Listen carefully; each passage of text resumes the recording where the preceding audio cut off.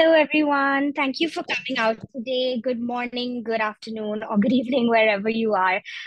Before I begin, I'm just going to give you a very brief introduction about myself so that you know who's talking to you. So, I've done my master's in clinical animal behavior, and I used to work with dogs and cats, but more recently, I switched over to cats. And I've been working with animals for around 7, 8 years now. And I run the Animal Behaviour Academy, which is based out of India. And now that focus is completely shifting over to cats and cat dog households as well. I don't want to talk too much about myself, so you know what? Let's just begin. Okay. One quick thing before we start. In between the session, I will be asking you all some questions to make sure you're awake and paying attention. So you can just go ahead and use the chat box for that. Just could you give me a hi so I know that you have found the chat box? I'm just gonna put one hi myself. Hello. It's really nice to see some familiar names out here. So, yes, uh, hi. Brilliant. All right. So I know this is working. I do tend to talk a little fast. So if you find yourselves feeling a little overwhelmed, just put it in the chat box and I'll just slow that down. All right. So let's begin. Okay, today the entire topic is about how the world is very dog-centric, but the cats are catching up. I'm here to give a voice, give a different type of perspective for the cats, just basically translate a few things from the cat side to the humans. But as we well know, it's not really the dog versus the cats. It's more about the dog people versus the cat people. And this will be a very common topic whenever someone asks you, oh, are you a dog person or you a cat person? And the second you say you're a cat person, there's a fight brewing already. But right now we're just looking at it from a very objective species point of view. So regardless whether you have a dog or a cat, or if you're just in general an animal lover, this talk should put some perspective about how understanding the species needs will give you clarity on how to take care of them, as well as clarity on their behavior. Okay, so first things first, what is enrichment? Again, let's just use that chat box. According to you, we're going to just go ahead and define this so that we're nice and clear going in. Personally, I find that this term is used synonymously with toys, with a lot of other things. So if you feel that is the case for you, what is enrichment? Just go ahead and just give me like a sentence in the chat box. I'm just going to wait.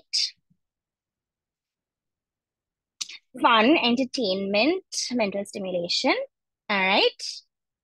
So Malini is the first to respond. Overall well-being, variety of stimulation.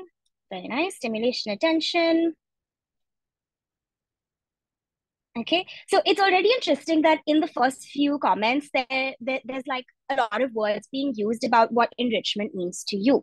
Okay, now, of course, we're looking at this from a very human point of view. And when you just do a quick Google search as well, the first thing that tends to come up when you're looking at dog enrichment is toys. Same thing for cats. When you look at cat enrichment, you get like cat tunnels, puzzles, hiding boxes, things like that. So overall, there seems to be a little bit of a blur about what enrichment is in general. Now, let's just take a look at some of the scientific journals and research papers about enrichment for cats and dogs. Now, if you notice, a lot of them will be focused on dogs in more laboratory environments, kennel environments, similar for cats in shelters environments, catteries, laboratories again. So the entire focus of enrichment studies started out because we were housing animals, or animals were existing rather in more barren environments, which made it harder for those animals to live a full life because their environment was literally just, say, a square or a cage, and that's when we started noticing a lot of negative behaviors, I would say. So when we say negative behaviors, we're just looking at stress, just in general, frustrated animals that needed more. Okay, now how is this relevant to our pet cats? Just a fun fact over here: cats sleep a lot. They will sleep for anywhere between 12 to 18 hours a day. And as your cats get older, they will tend to just sleep more. So as a cat parent or a cat owner, how do you know that your cat is actually living in an enriched environment, is actually happy about the space that they're in? Their life is more than just existing. They're actually thriving to their max. Okay, so that's what we're going to be focusing on today. We're looking at how to help our cats live a more enriched life. Okay, now just again a bit of context here. You will have cats that are living completely indoors, and that's of course where you will need to look at more of their needs. The whole the whole context of using enrichment in situations or in environments that are more barren basically means that your cat is not really allowed to go out and hunt for various reasons. If you're living in countries that have laws about basically wildlife conservation with regards to cats killing birds and squirrels and stuff, versus if in India that's not really the case, and people do allow their cats to go indoors and outdoors. So it comes down to the amount of control that you have over your cat's environment, as well as the amount of access that the cat has to a more, I wouldn't say natural, but a more variable, diverse outdoor lifestyle. Because our cats, have been domesticated now for around 10,000 years, but even that word domestication is still very, very loose. They still retain a lot of their behavioral patterns from their ancestors. They're still very, very strongly our hunters.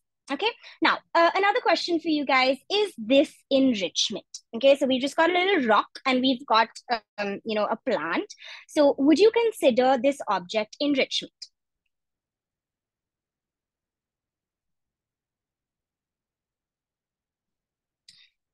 Small hint, I love trick questions. I love asking you questions that make you a little uncomfortable in that sense. Like what on earth does a plant do? Okay, so Malini is saying yes. Okay, if it builds curiosity in the cat, maybe yes. The plant is thriving. Okay, just looking at some of the responses here. Okay, so I think so again, this is part of that trick question here. We're looking at we're looking at enrichment, yes, but we're looking at the species also. All right. So of course we've been talking about cats, but if we're looking at this plant as a source of enrichment, and we go ahead and we put this plant in a tank for your fish at home, then we would say yes. Perhaps this could be considered something that is making the environment more enriched. On the other hand, if we take this plant and say we put it, in the ocean, and you have all your fish over there, maybe not. Okay, so the whole point of tricking you here was to understand a little bit about when something is enriching and when it is not. Now, coming back to cats, we have in the purpose of enrichment here being majorly increasing behavioral diversity. Okay, now this is again coming back to your definition of what enrichment is. This is what you would hope enrichment would do. If it does not do that, and again, looking at the fish tank example, you put that plastic plant, and this is just again assuming it's a fake plant, in the ocean, it's not doing anything. Okay, so your enrichment should be increasing behavioral diversity. So even though your cats are sleeping a lot, adding those things in and watching your cat do different behaviors, again, that are species appropriate, would be considered enriching.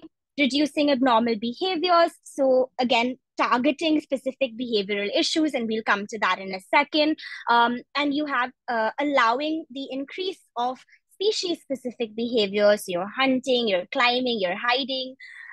Increasing utilization of the environment. If you have a cat living in one room for a good chunk of their lives, that would not be something that you would say that the cat is living in an enriched environment. And of course, increasing the ability to cope in a normal way with stressors. Okay, so if you want to just quickly take a screenshot of this, this is a very good guideline point where you can actually see that my cat is engaging in one or more of points as we go through the talk. Okay, now, having a plan before you say the word enrichment is a very important part, of you actually looking to make a difference to your cat's life. I've written EE. So EE stands for environment enrichment, which basically means just anything and everything that is around the cat in the environment that the cat's living in. Now, you have pre-EE behavior. So that could just be just like a rough guidelines of what your cat is looking like today. So you could describe that as my cat's sleeping for 20 hours, not moving out of the house or not moving out of the room, not moving out of the house, not really doing too much, engaging in toys, but cat's not interested. And then you have post-EE behavior. And then, of course, you have the ways to measure it. Now, generally, when it comes to measuring environment enrichment, you're looking at something that is more objective. So you could either look to measure the time taken. So if the cat is playing with a toy versus, so you can have a cat playing with a toy for 5 minutes versus a cat playing with a toy for 30 minutes. Nice objective way allows you to block a little bit of the bias that you may have as a human being, that I really like how this toy looks, for example, versus, oh, my cat is actually engaging with it, actually looking at it. Another example over here, in terms of looking at environment enrichment to help with behavior issues. Sorry, just give me a second.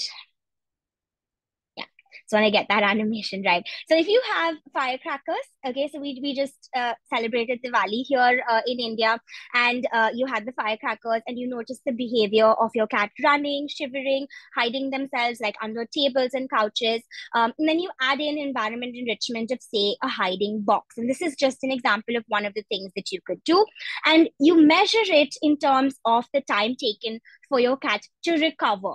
So the trigger, your cat's behavior, and then recovering back to normal. And then you have the post-EE behavior, which is, of course, your cat kind of sitting, lying down, just looking a little bit more relaxed in terms of their body language. So this is a more scientific way, a more objective way to measure whether or not the enrichment that you're adding in is actually making a difference. And this is very important for cats. And we'll come to this part later as well, because cats are very, very famous for using the box that the expensive thing came in. And that tells us a little bit, it gives us feedback that there's something that we're adding to our cat's environment, thinking that, yes, we're actually doing a lot of good for them. But then that object just ends up being there for years untouched. The environment looks enriched according to us from a human point of view, but is that actually the case for your cats? Okay, now, just again, to understand a little bit more about the species-specific behavior, we're looking at what is natural for a cat. And your cat being, a predator species, but also being a prey species, there are certain behaviors, certain things that are more important for their survival, which they will focus on. And that is related to basically their species. So hunting is a big one. So allowing your cat the ability to stalk, to chase, to pounce. And we're going to cover that again when we come down to toys, and we're going to cover that as well. You have elements of safety as a prey species. Staying alive, being alive takes precedence over everything else. The second there's anything that could be threatening to your cats, it's an immediate, panic situation. So just understanding in general as a species what they need and accordingly catering your enrichment to that. Okay, now coming back to the cat side of things, we're going to move on to the environment enrichment in terms of a nice breakup. Okay, so we're not just going to be focusing on toys because that again, it comes from a slightly more human perspective. We would consider our lives more enriched when we engage, in socially challenging experiences. If we're going out, we're doing hobbies, we're playing games, and then that gives us, from a human perspective, because we're relatively a social species, it gives us a lot of satisfaction. It helps us feel more enriched. It gives us a more enriching life. And sometimes that can be projected onto our cats, where those games and that that type of life is highlighted more, that this is what enrichment means. But enrichment has so many other components to it, so we're just going to break those components down and talk through that. All right. Okay, so first things first, feline companionship. Okay, this is a question I get very often about whether I should get another cat to give my cat a friend. Getting another cat to kind of solve behavior issues that my other cat, my initial cat, may have. Here are some considerations that you should keep in mind. First things first is the ability for you to manage a multi-cat household. The more number of cats you have, the more time, effort, money, everything goes into catering to their needs if you do not want to deal with more behavior issues and basically give all your cats a subpar lifestyle because you're not able to handle it. And if you want to understand more about what a multi-cat household needs, I'm also doing another talk on my website, which is basically a self-paced course to deal with this specific thing, because I really can't cover it here. It's so deep, so detailed. If your cat initially was an orphan cat, having another cat come in at a later point can be more stressful than actually enriching. Poor socialization at a young age, social skills, just like with humans and cats also, is something that is learned, and that basically comes with the experiences that your cat has. That socialization period, as you know, even with dogs, is a very, very important time, which really teaches your cat like a basically very strong lessons about the environment that they are living in. If your cat is, for example, grown up on the streets or has had a particularly bad experience with other cats, bringing in a second cat as a social companion is not particularly enriching. It could be stressful and then completely defeating the purpose. If your cat has been a solo cat for many years, if they've grown up with kittens and then they've, been adopted separately, or if your cat is particularly resource competitive, very motivated with food, toys, there are some cats that have that type of a personality. In that case, you might want to consider whether or not getting a second cat could be considered, adding in competition to your environment, or actually adding in a friend, which again, will be entirely dependent on how your cat sees this. If you really do feel so, I would recommend consulting someone to evaluate your cat's needs a little better. Consult a professional. You can consult me if you like, and just understanding whether or not your cat would see it that way. Okay, moving on to the second part of structured play handling, and just basically the human component. We are a big part of our cat's environment, how we engage with our cats, our relationship, our bond, how much we understand our cat will play a big role in whether or not their life is stressful or whether they feel understood, and now you've got this great rapport going. So here are some fun facts about cats. Social media is nice and famous for spreading the news that cats don't care about us, cats are aloof, whereas a lot of scientific papers have come out saying that that is not the case.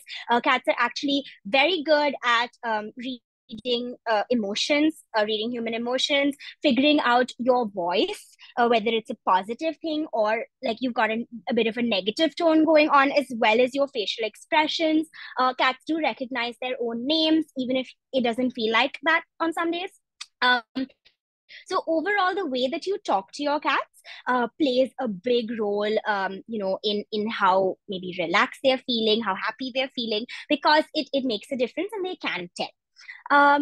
When it comes to, handling your cats versus handling your dogs, I'm sure you've noticed that there are differences in the levels of comfort that your cats show versus your dogs. Positive cat human interaction is entirely subjective. Okay, sometimes it's very hard to look at it from the cat's point of view, and as a cat owner or a cat parent, having that physical bond is so important that sometimes it can take over what the cat is actually feeling at that point, because they just look so cute, and you just want to smush them, and that is some of the comments that I get. But looking at it from your cat's point of view about whether they are seeing that interaction to be stressful is quite important there.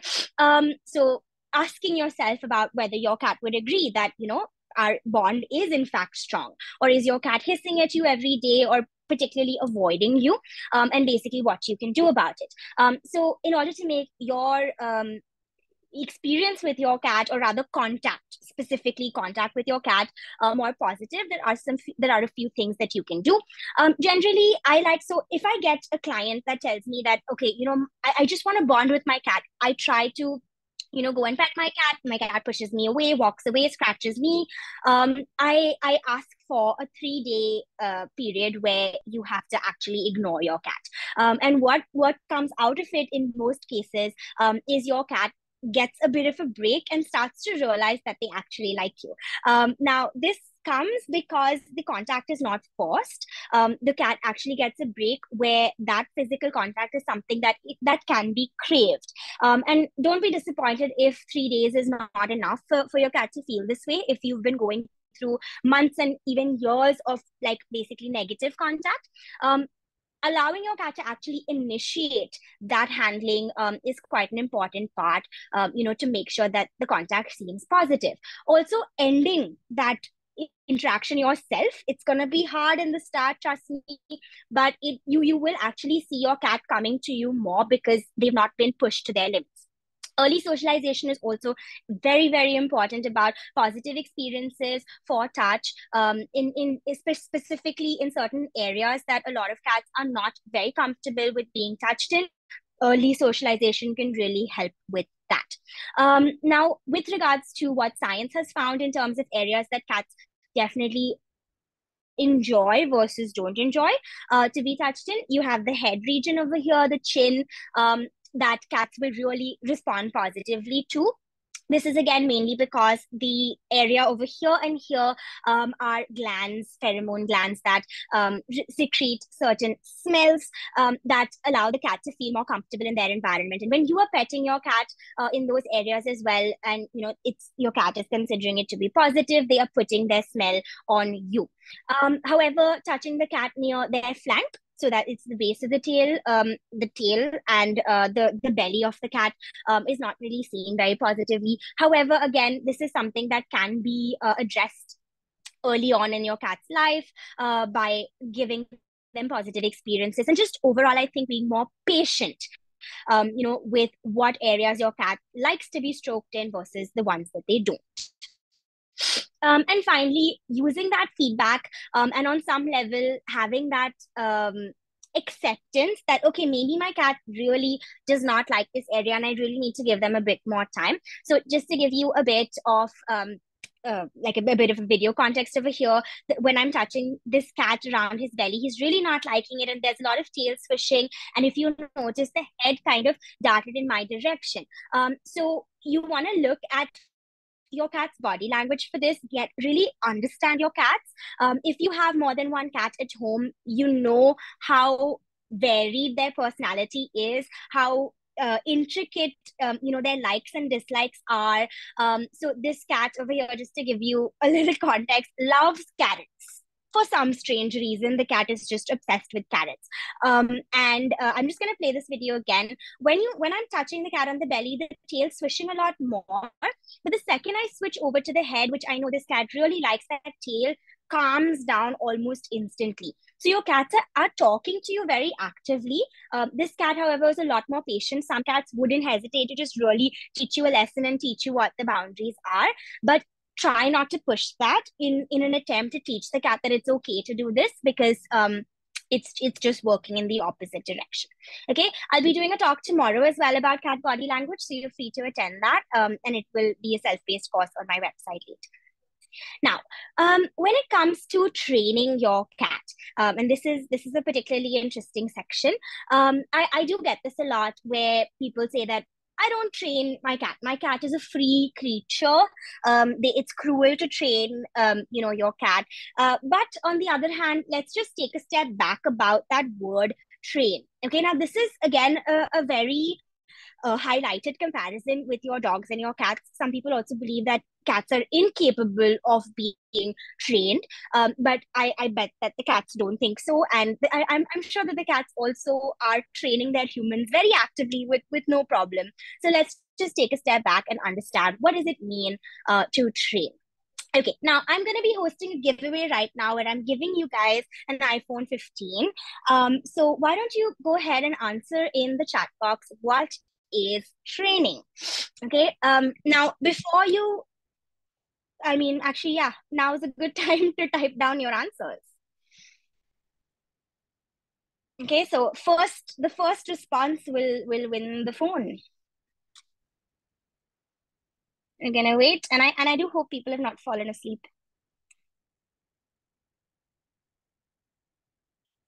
Okay, so training your cat is giving cues when you want them to do a particular action, all right? Getting a cat to listen to you, okay? Brilliant. All right, Deepika. Thank you for being the first person to answer this question. And of course, I'm sure you figured out by now that it was a ruse. I'm not actually giving away iPhone 15s. The whole point of adding this giveaway in was obviously to make a point. So let's not focus too much about like this lie I just told on this webinar. Instead, let's focus about the point that I'm trying to make. Now, training over here is essentially looking at using some amount of a reward. Okay, now just bear with me here. To bring about a certain kind of behavior. So just taking this example, I said, hey, iPhone 15, type your answers. And then you've got someone saying, oh, and unless you figured out that it was a ruse, and then you were just like, all right, whatever. But regardless, it's not training as such. Instead, we're looking at replacing that word training with learning.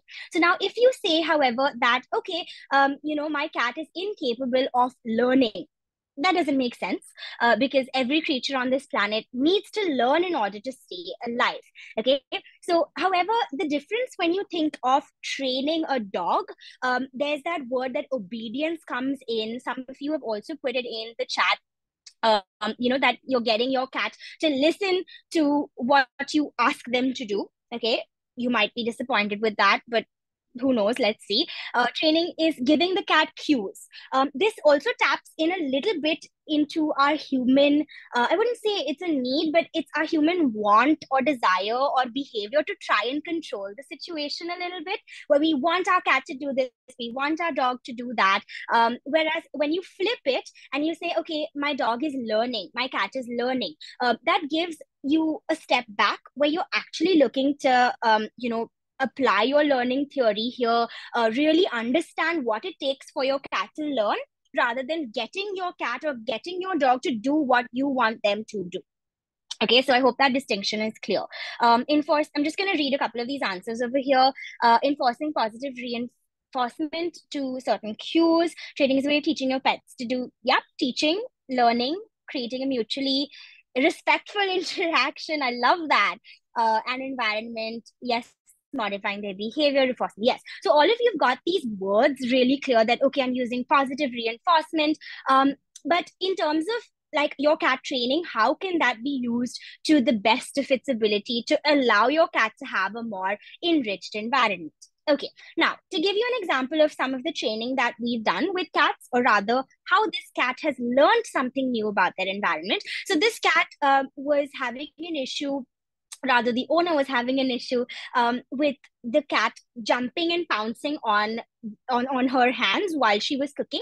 It was not a very safe thing for the cat to do. I'm sure the cat was having a blast. So we decided to do a little bit of stay training with the cat over here. I've just sped up this video so we can cover the whole process. But basically the cat would attack the feet, attack the hands, and just basically be very attracted to that movement. Okay, so what we did is we created an environment on top of the fridge, where the cat would get treats successively, with certain intervals, and then the owner would go back, cook, come back, feed, go back, cook, come back, feed, and then be basically moving a lot, but overall teaching the cat that when you sit over here, this particular spot, you get a lot of really, really good things. And then you get a cat that is starting to learn that instead of chasing the hands over there, I get some really tasty things over here. So why don't I just wait here instead? My owner will also come back to me over here. I will get treats over here. And overall, just learning that this is the place to be. Okay, so this is slightly different from your training with dogs. For example, if you're training a stay, because we are adding in a few of those species specific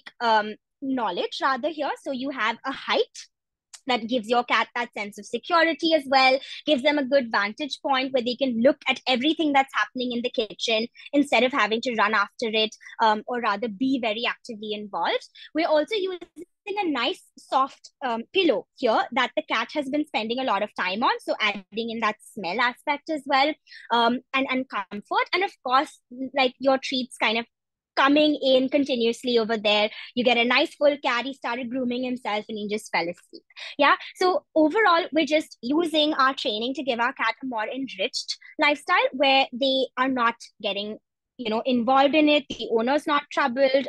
Nobody's getting hurt, and the cat's just fast asleep on the top. Now, there's also some reverse training that happens, which our cats are very, very famous for. I do get this question a lot. Basically cats meowing to wake up the person in the morning, and then the owner saying, "All right, I'm just going to wake up and feed you. Then you'll just leave me alone." And in the process, of course, teaching your cats that you need to meow, and you need to jump on my face and do all kinds of funny things to wake me up. And then you get a lifelong habit coming in where now your cat is your alarm clock, and it just keeps getting earlier and earlier. 4 a.m., 3 a.m., you're being woken up. Now, in terms of the training here, how can we hopefully step up over here? We're just looking at this particular trigger. Okay, so you have a human being sleeping. Happens all the time. Yes, I got you. You have a human being sleeping over here, and they wake up and they go and they feed their cat.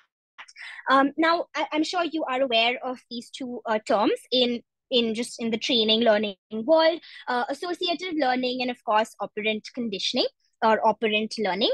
Just to clarify for those who are a little rusty, association based learning is classical conditioning, which means that two things happen very frequently, one after the other.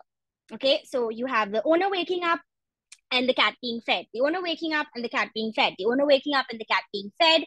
Now the cat has started to see these two things very closely linked in time. Just to give you another example, the sound of the packet that contains your cat food is being linked to food, and now when you make that packet sound, your cat now knows that they're going to be fed. Using this principle of that associative learning, we are associating our waking up with being fed.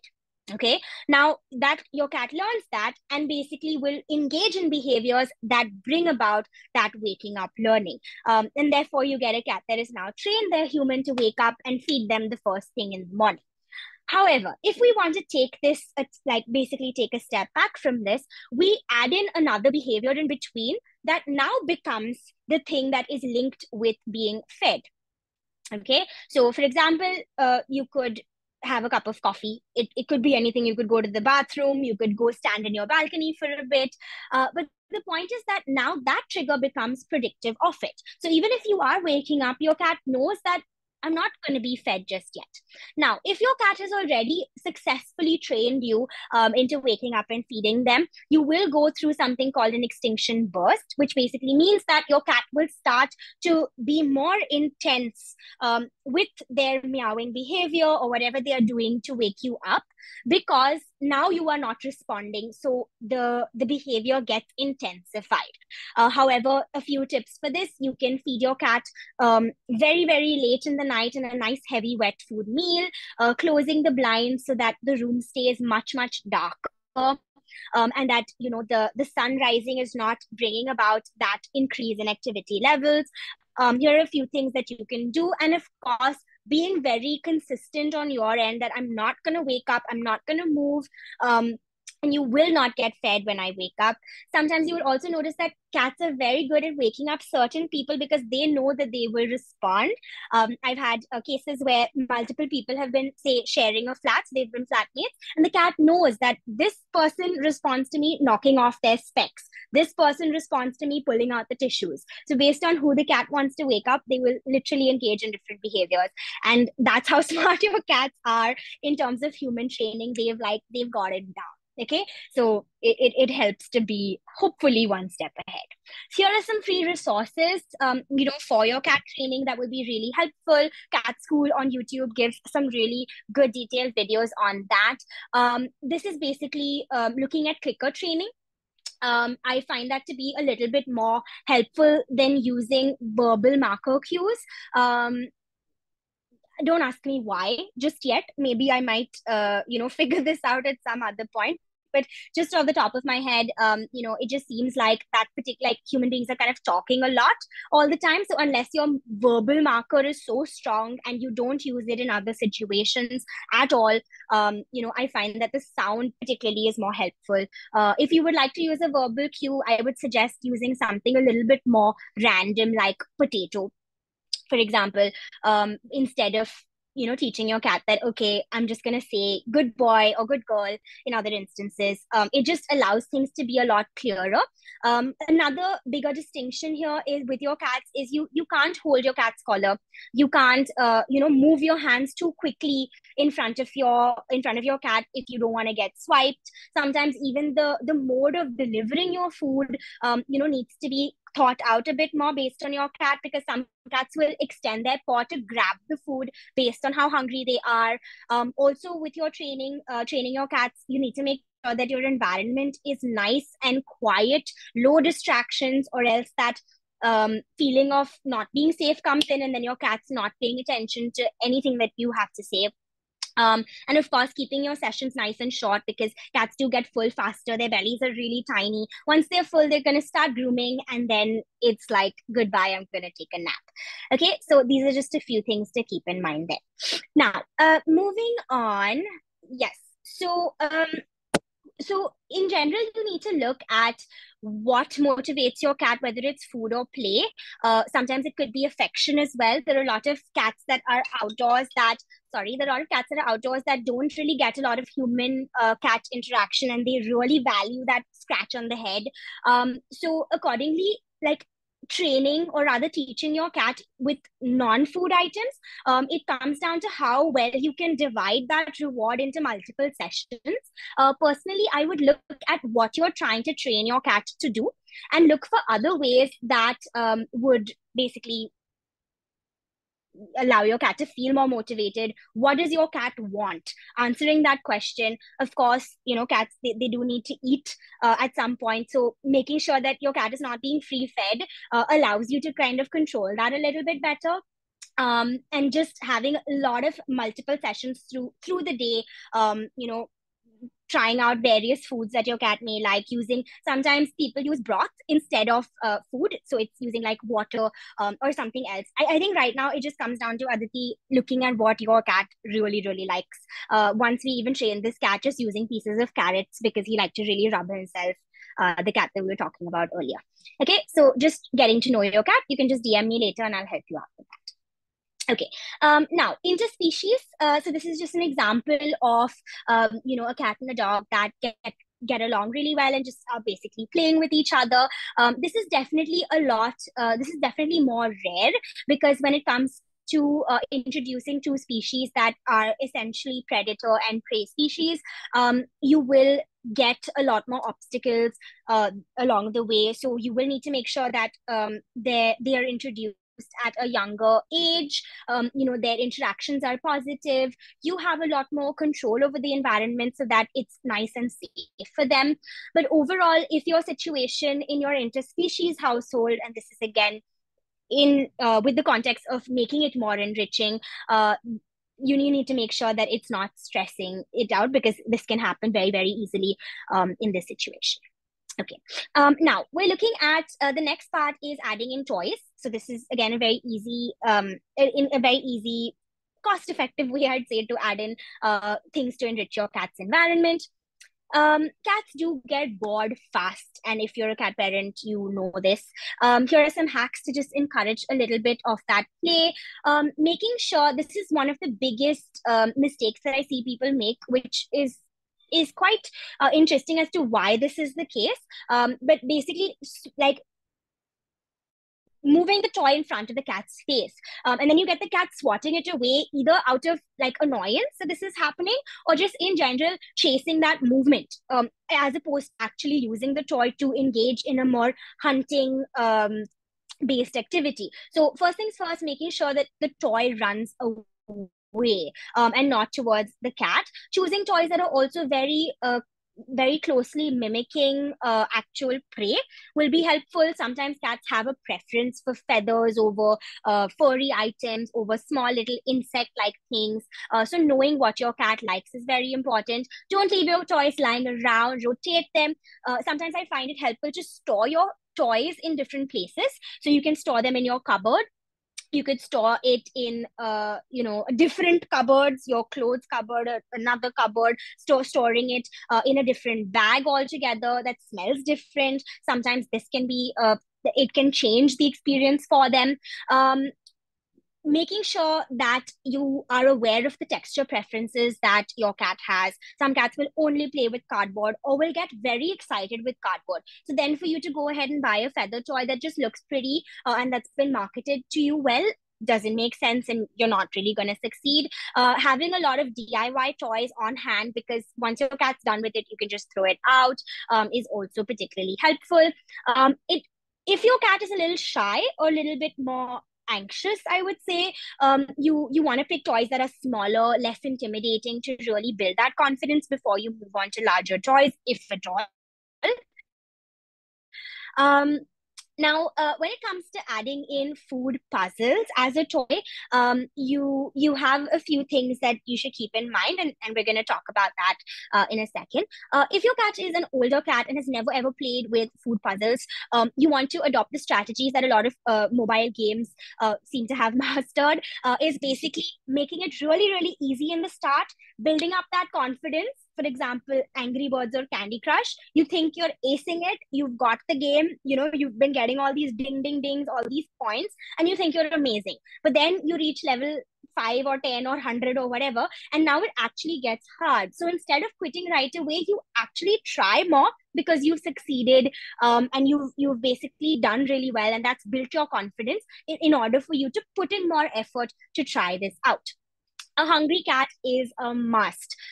This is very, very important, because if your cat is not hungry, they are not going to be interested in food whatsoever. It can literally be in front of them and they'd not care.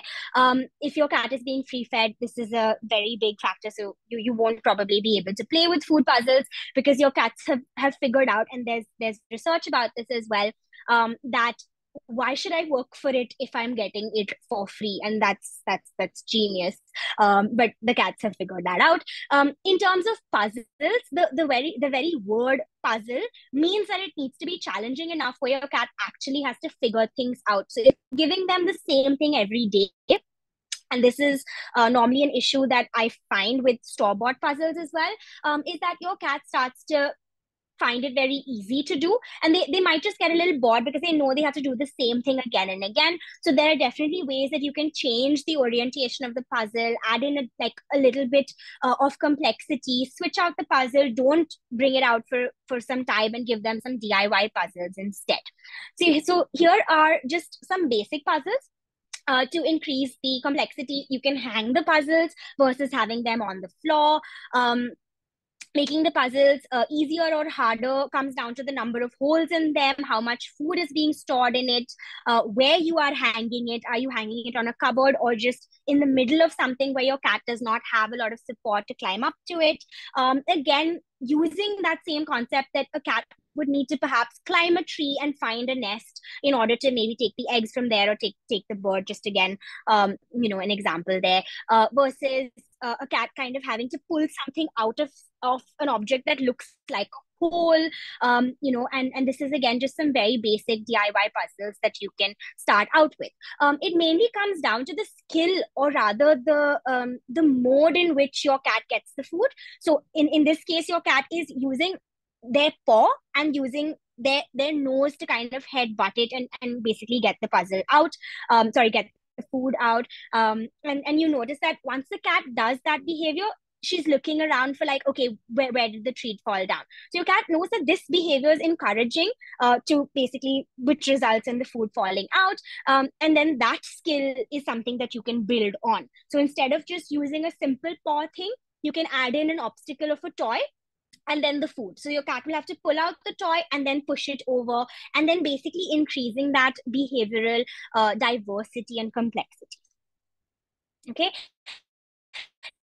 Now, this is a fun game that you can train your cat to do. However, I like to keep it open-ended, where you're not saying that, okay, I need my cat to use their nose to find the treats, I need my cat to use their eyes, or I need my cat to have some kind of memory about where, the treat was last found. Now, in this case, however, this is a bit of like a slight variation of this, where the treat was placed under a particular cup, and then we were kind of switching things around, and then the cat had to, and you can really see the cat thinking, at least I believe so, because she's kind of just taking a second, swishing her tail a little bit, like this, and you will also see that your cat is using, like this cat's using her nose to try and find and figure out where the puzzle is. She's checking, she's like, is it here? Because I think at the last second also we switched that out, and said no, not here, and then there's a second that she's taking, she's like, okay, hold on, what's happening here? And then she's like, right, is it in this one? And then we're like, right, there it is. Now the difference here, so this is again in comparison to, for example, a nose work game that you'd be doing with your dogs, is you've got a cat that is using multiple senses to try and figure out. She could also be using her hearing to see where the treat is making a sound, using her smell to figure out where the treat is. And again, you've got 3 of them in the cups. And of course, using some amount of vision. And I'll show you that in the next slide as well. But the basic the basic need in order to play this game would basically be for your cat to paw an object, or for your cat to communicate to you that this is an object that they are choosing. Okay, so here is a very simple way to get your cat to engage in that type of behavior. Again, this is basically using your clicker training. So you would need to go back and check out those videos by Cat School. I'll attach the link below. So you're basically allowing your cat to naturally paw and reach out for something, and then you're clicking at that instance, and then you're basically encouraging your cat to paw an object. Well, on command, yes, but in a second. So as we keep progressing to this, you take that object and you slowly start phasing that trigger out and basically introducing a new trigger. So in this case, it would just be for your cat to give you a high five, and that paper keeps getting smaller and smaller, as the session goes on, and then you eventually add that paper to a cup, and just basically build your cat's confidence to paw it without like basically taking out the claws in any way, because that would not be safe. So you build that up. You also add in food puzzles where your cat is using their paw to actively pull out things. In this case, however, with this cat, not very good sniffing things out, possibly because of the breed, doesn't enjoy it so much, which is fine. So what we did instead was we used vision. So we had transparent cups, and then you had an object that the cat had to follow and paw out over there. So overall, it just encouraged the cat to engage with that new object more. And for cats that are a little bit more shy, that would not perhaps touch anything new, this brings them out of their comfort zone and basically adds on to that confidence. Now, before we get too excited, just bringing in this image of the plastic plant, just basically reminding you that, is it relevant in your context? Is your cat actually going to be enjoying these games? As Aditi said, if your cat is not particularly enjoying food, you might use this instead for your cat to access favorite toys instead of getting to food, because then it's not enriching for your cat. And just basically being honest that, okay, maybe it's not working out. The Now we're going to move on to the next section, which is about cat trees, shelving, hiding boxes, basically in your environment. So in a multi-cat environment, you would need to give these puzzles separately if you have cats that are very, very competitive. Sometimes in a more socially positive cat colony, you could have one puzzle and multiple cats, but in that case you would need to have many treats hidden like all through. Sometimes you also get cats, one cat will be doing all the solving and the other cats will sit and watch and basically eat the treats. If you notice that happening, it will have to be separated. Sometimes cats will also have preferences with the types of puzzles that they like. Some will like cardboard, some will like, say, a plastic puzzle, some will prefer cloth. So accordingly you will need to really individually assess that. Okay, now we're moving on to the catification part. So how to make the environment more conducive to an enriched space. Now, listening to your cat is very important here. As I spoke about earlier, very, very famous for using the box that the expensive thing came in. So understanding the aspect of enrichment rather than the object that I need to buy is also quite important. It's not just about, okay, this is the link, this is something that all cats will like, versus what is it that my cat actually needs here and what is this object providing. And in this case, we've got a cat tree that is supposed to be providing some vertical space for the cat to be on. But just to give you this is again a client of mine, some context. This cat tree was a little bit shaky because of that single pole, and that took away from that safety, on a vertical space because it was shaky and not stable. So then you get a cat saying, I'd rather sit on the gym bags because this is nice and solid and it's giving me the same thing. Okay, so really understanding what your cat is using, why they are using it, versus the stuff that they are just disregarding completely is very, very helpful there. So for those of you still awake, let's just look at this video, and solely based on the information here, what does this cat want/need? Okay, so even though this looks quite cute, the cat is talking to us. It's telling us that I'm using this particular object in a certain way.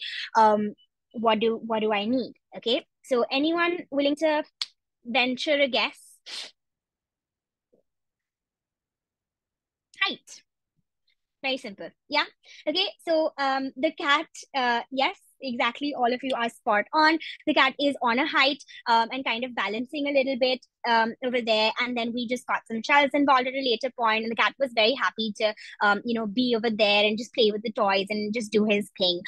It's not that we're concluding that, oh, he was unhappy with the office chair, but of course you could see that he was definitely struggling a little bit to balance himself there. So you could offer both these options and see whether or not your cat was maybe enjoying that, like balancing himself over there, moving the chair around, and some cats do. So again, looking at that subjective experience for your cat. So if you have these two options, which one is your cat using more? And that again is a nice objective way to figure out whether the forms of enrichment you've put in are actually being liked. Whether which one is your cat using more? How many times is your cat using that object in the day or in the week? And just tallying that off, and then basically allowing your cat to answer that question. Same goes for a lot of the catification and vertical and hiding spaces. Sometimes like it's we have learned as humans that this is what catification should look like. It should be X, Y, and Z. But sometimes you get your cat choosing objects of their own. Either they're hiding in your wardrobe, sitting on a lower shelf, and looking at what the features that your cat is particularly choosing and trying to replicate that in your catification, as opposed to just picking something because you have been told that this is what your cat needs. Okay, it's a process of trial and error, to be honest. But this is a very interesting paper that covers the environment needs that cats have, and just in general, how your cat is asking for them in basically the things that they're doing through the day. I'll again attach a link for that over here. It's a free full access paper. Okay, there's also another course that I'm doing on my website, which is covering just like overall the needs, and there's a bonus section on how to give medicine over there too. Okay, now moving on to species appropriate material. So this comes down to things like iPad games that you could play with your cat with the mouse running around, cat TV, where your cat is watching birds or mice on the TV and hearing those particular sounds that accompany it, and overall just basically looking outside a window.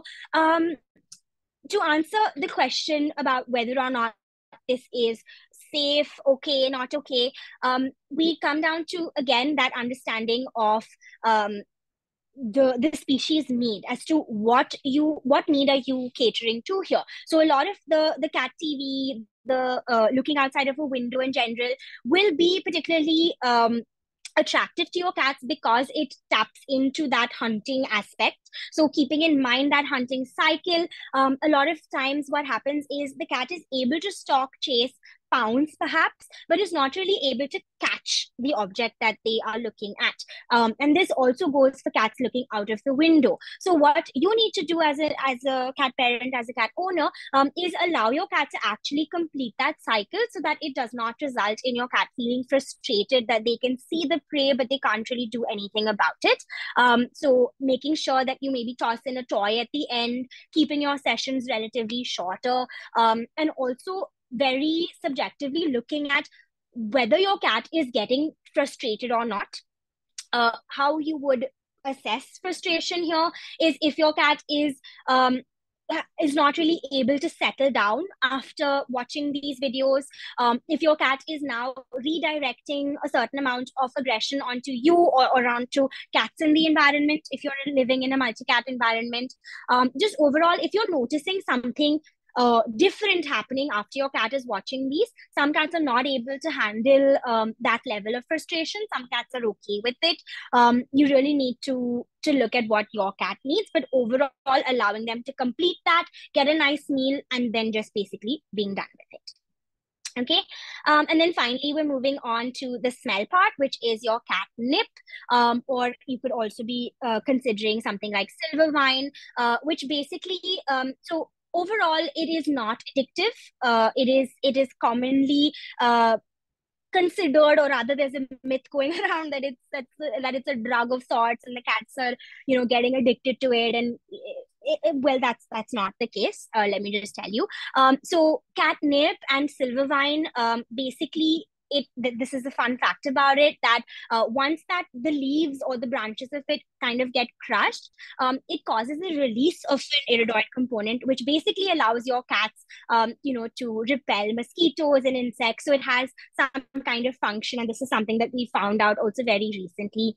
There's a lot of work being done with catnip because it's so interesting, but overall the cycle of it, or rather everything that you need to know about it, is once your cat has it, you will either see a lot of active reaction where your cat is ingesting it, eating it, sniffing it, and then rubbing themselves, rolling around, vocalizing, versus the other side where your cat would have it and then just basically sit in a sphinx-like position. Sometimes your cat will also choose whether or not they want to have that catnip at that point. They see it over there and they'll choose to not engage with it. That is also fine. Again, on a subjective level, if that is your cat, that's okay. And just overall, catnip is a pretty positive thing that you can give to your cat. After around 10 to 15 minutes, the reaction fades off, and then generally your cat will not react to catnip again for the next couple of hours.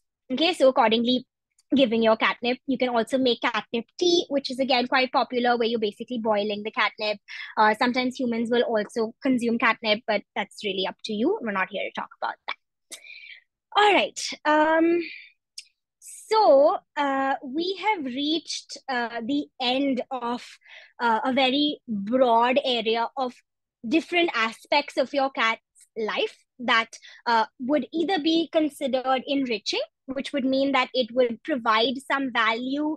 It would allow your cat to express more natural behavior, increase behavioral diversity, and overall just allow them to, basically not have any behavioral issues or manage behavioral issues that exist. So overall, knowing your cat well is important when it comes to making their life enriched. Likes and dislikes could either lead to an enriching life or it could lead to a bit of stress. So yes, I anticipated this question, but I'll come to that in a second.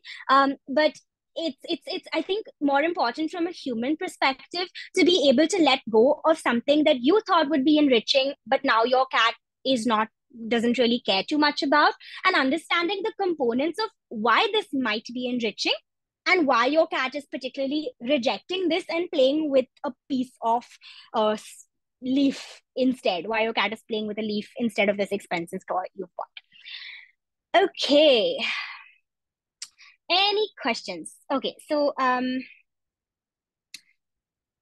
Awesome. Miranda, yeah. Yes, I am here. Okay. If you have questions, please put them in the chat. We have a few already. One question is, how does one train a cat which is not food motivated?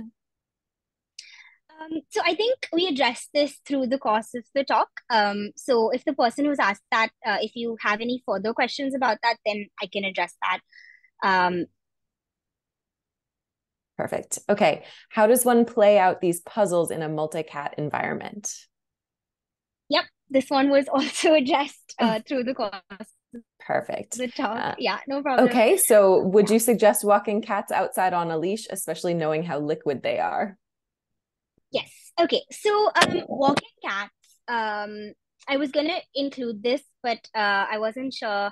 How many people had this question because there's definitely a lot of anxiety when it comes to taking your cat outside, not just from the human's perspective, but from the cat as well. Overall, you need to make sure that your cat is in a safe environment even when they are walking outdoors. Which means that your leash and your harness is not actually preventing your cat from escaping. It's just an accessory to kind of buy you a bit more time in case you notice your cat panicking, because your cat can very easily get out of the leash and the harness. So overall, you should, when you're considering to take your cats outdoors, you should have a combination of your leash and harness. In addition to that, you need to have your cat carrier or your cat bag that you take. Generally sticking to places that are quieter, friends' houses, pet friendly cafes, maybe, and just overall giving your cat their safe space, which is your cat carrier, is a very good way to make the environment more positive. My thoughts in general when it comes to suggesting whether a cat should be going on a walk or not actually comes down to asking the cat themselves. Some cats are very inclined towards exploring and will see the outdoors as a very positive or enriching experience, versus cats that would actively stay away from the door. So again, coming down to that subjectivity of whether your cat is an exploring cat or whether your cat chooses to just be in their safe space and be happy about it. If you have a kitten, on the other hand, and if you would like to use outdoor exploration as part of your socialization plan, which is a great thing. Same thing, making sure that the places that you go to stay safe. Cats, as you said, very liquid. They can run away just like that, and you probably won't be able to catch them. So you need to just basically manage that risk accordingly. Awesome. Would you discuss how you would recommend using pheromone diffusers? Okay. So the first thing that you need to keep in mind before using any pheromone diffuser, regardless of the brand, is whether or not your environment meets the needs for the diffuser to work properly or not. So just to give you an example, in Indian households, there are ACs, the air conditioning. There's there's a fan, there are windows and doors that generally stay open, and what happens is this makes the diffuser ineffective. So you need to make sure that your environment can actually support that. And overall, again, just checking, so you can get the diffuser on a trial period to see whether this works for your individual cats. Uh, I've been getting a lot of mixed responses. Even the literature kind of goes back and forth with pheromone diffusers. Sometimes they work, sometimes they don't. Ask your cat. Awesome. If a younger cat is bullying elder cats around feeding time, how do I correct that behavior? Right. Short answer is you don't. It would come down to the fact that cats should not be eating together to begin with. Species specific information is the fact that your cats are solo hunters. Cats will hunt very small meals that are not big enough to share in a social group, and therefore your cat will take the meal and eat it by themselves. And that's why sometimes in multi-cat environments, if the cats are eating together, it could actually be stressful. And therefore, you just need to make sure that your cats are eating on their own by themselves. Younger cats will tend to do that. Sometimes it comes out of play, sometimes it comes just out of curiosity. But overall, if this keeps happening day in and day out, you're potentially risking the relationship of your cats, because they're going to start to see each other as competition or just in general annoying. So you don't correct that, you just separate your cats. Awesome. How do you really assess if you're providing enough enrichment? I have an older cat who is very people focused and enjoys hanging out with us while we're working. We play for a few minutes a day to get her running around and chasing toys, but she seems really content to just lounge around as well. Is a few minutes of play enough? Right. So yeah, that's a great question. In terms of how do you actually measure that out? My suggestion would be to provide your cat with a choice. So if your cat is chasing after a toy for a few minutes, there are a few things you need to look at. Is if I change this toy to something else, is my cat willing to play with this more? Is the environment that I'm playing with my cat, is that actually bringing about a hunting experience, or is my cat, as I said earlier, just smacking the toy because it's moving?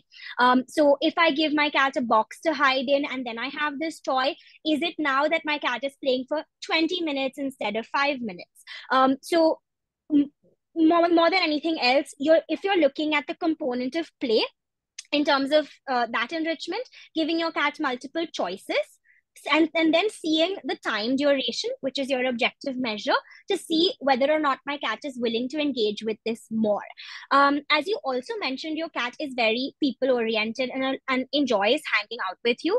I would also just put a small little pin in this and see whether or not my cat enjoys hanging out with this person more.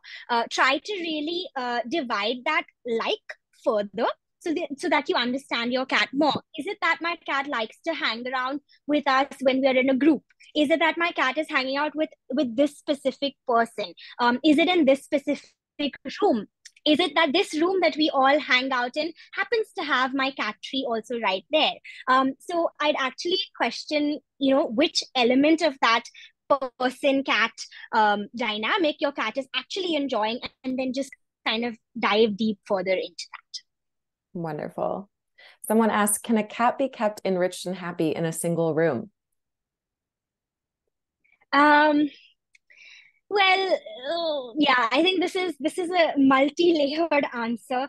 But again, it comes down to whether or not the cat sees it that way. So if your cat has the opportunity to explore more, are they doing so? Is it that they don't have the confidence to go out of that room? Is it because the socialization period has passed and the cat has only spent their entire life for now in that one room, and therefore they think that is the world?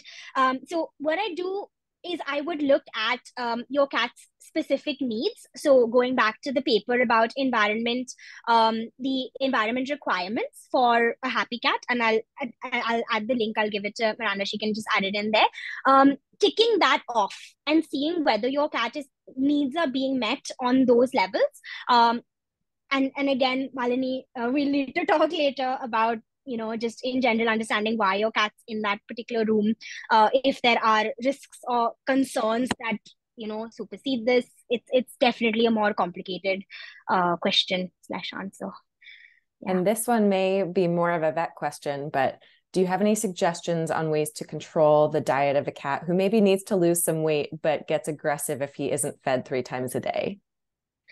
Yeah, so you need to check whether your cat has a clean bill of health first. If there's anything else that is particularly fueling that hunger, or rather the inability to lose that weight. 10 minutes a day of very active play is quite helpful. However, looking at the surface that your cat is running on. So making sure that you've not got slippery marble floors or very open spaces.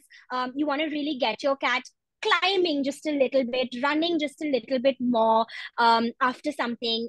If your cat is getting particularly aggressive, it means that they're obviously not being satiated. So changing your diet also accordingly to a more high fiber diet, just on a very, very basic level, could be helpful. But I would recommend, of course, going to a vet and getting a plan properly tailored for this cat.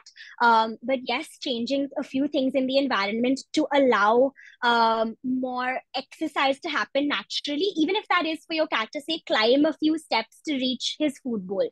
Sometimes small things like that can make a difference in the long run. Awesome.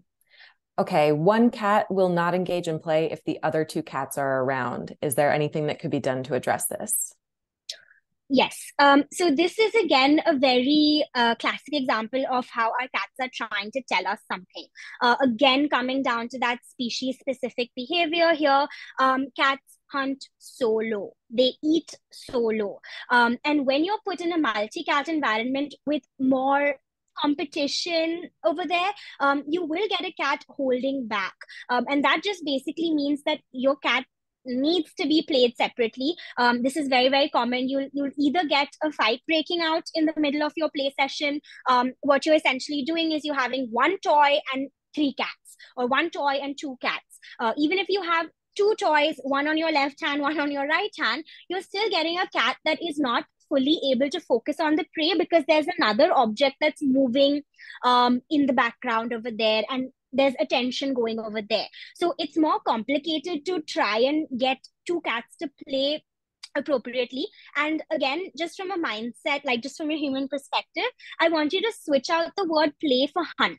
If you say, I want to get my 2 cats to hunt together, it immediately kind of sits a bit off because cats are solo hunters. You see a single cat chasing a single mouse.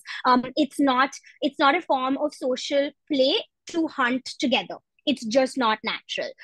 So again, from that perspective, you have to separate your cats for this. This again, just tapping into the fact that your cats need that solo hunting time. Awesome. If 2 cats in a 4-cat household are not getting along and maybe one's getting bullied by another, can that cause issues between the other cats over time? Basically, right. Okay.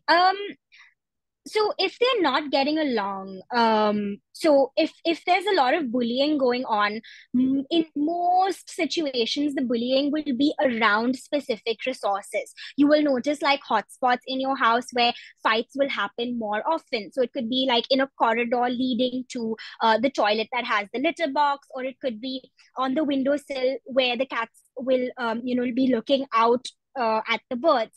If you notice these hotspots, the first thing that you need to do is you need to address the fact that there is less of a resource in that area, and why your cats are finding that space so valuable.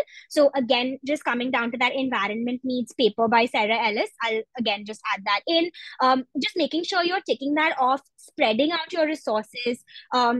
The more your cats disagree and get into these little tuffles with each other, where one is bullying and chasing the other cat out, the more social stress your multi-cat household is bearing. And over in the long run, this could lead to more overt, more intense forms of aggression that could actually lead to cats drawing blood from each other and getting into really bad cat fights. So if you're noticing this happening at an early phase, you need to intervene ASAP before it gets out of control. It's like you're living with a flatmate that doesn't pull the flush or doesn't wash their dishes.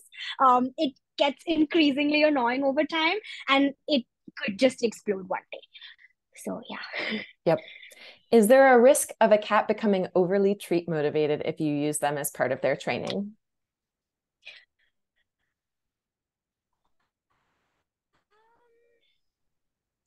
Okay, so after a point when your cat's full, that motivation for food goes away, because now their motivation is for sleep, to groom themselves, to rest themselves before their next hunt, and that's just in general with regards to their cycle. Um, Overly treat motivated, uh, do you mean that now your cat only wants treats and does not eat food, or does that mean now your cat's gaining weight because of all the treats that they're eating? Just kind of wondering a little bit about, like, just clarity for that. But overall, I would say no. You're using your treats to initially teach your cat a particular behavior, but then at a later point you can start to use other forms of rewards based on what you're teaching your cat, just like we would for our dogs, to make our training more practical, more like basically just on a daily basis, how we are, like, what you're going to use your training for. So just to give you an example, with the cat that we had trained to stay on top of the fridge, after a point, that spot became a good nap spot. So the motivation wasn't the treats, it was the fact that it's now a really great spot to take a nap in. So you need to fine tune that a little bit. So I mean, if you have a particular example, you can just contact me separately. I love this question. I've been wanting to train my cat, but I'm not quite sure where to start. Any suggestions on where to start with training your cat? Yeah, go to the YouTube video of for Cat School. I think they've done a great job with really breaking that down. Um, uh, with the basics of clicker training, it's very easy to just start over there and just do something basic like a sit. Once you get into the flow of that and you understand how your cat's learning, just flipping that, you start to basically just add on to that, see what your cat is more inclined to do, less inclined to do, and you really grow through that. You might need a bit of help in the start if you're really struggling, because of how individual personalities really kind of change that whole training program. You can contact me separately for that. I'll just help you with that. It helps to video record yourself as well, and I'm sure a lot of people training their dogs will also notice this, because for example, your hand may be in this position while you're training and you're holding your treats, and you realize that your cat's paying so much attention to the fact that your hand is right there, that the second you move it, now your cat's attention is somewhere else. So it helps to just see what you look like when you're training, so that you see what your cat's looking like, or what your cat's looking at rather. So yeah, just look at the videos on YouTube. I think that's a good answer. Awesome. Oh, And Amanda, we got a couple of requests for resources or toys which are budget friendly, yes. and then also some DIY ways to add vertical spaces to things like rental homes where we can't just install permanent fixtures. So thank you all so much for being here and for all the great questions. Amanda, thank you so much for being here and for all of the amazing information. Again, this is being recorded, so I will get the recording out in the next day or two. Again, thank you so much to everyone who donated to make this webinar possible.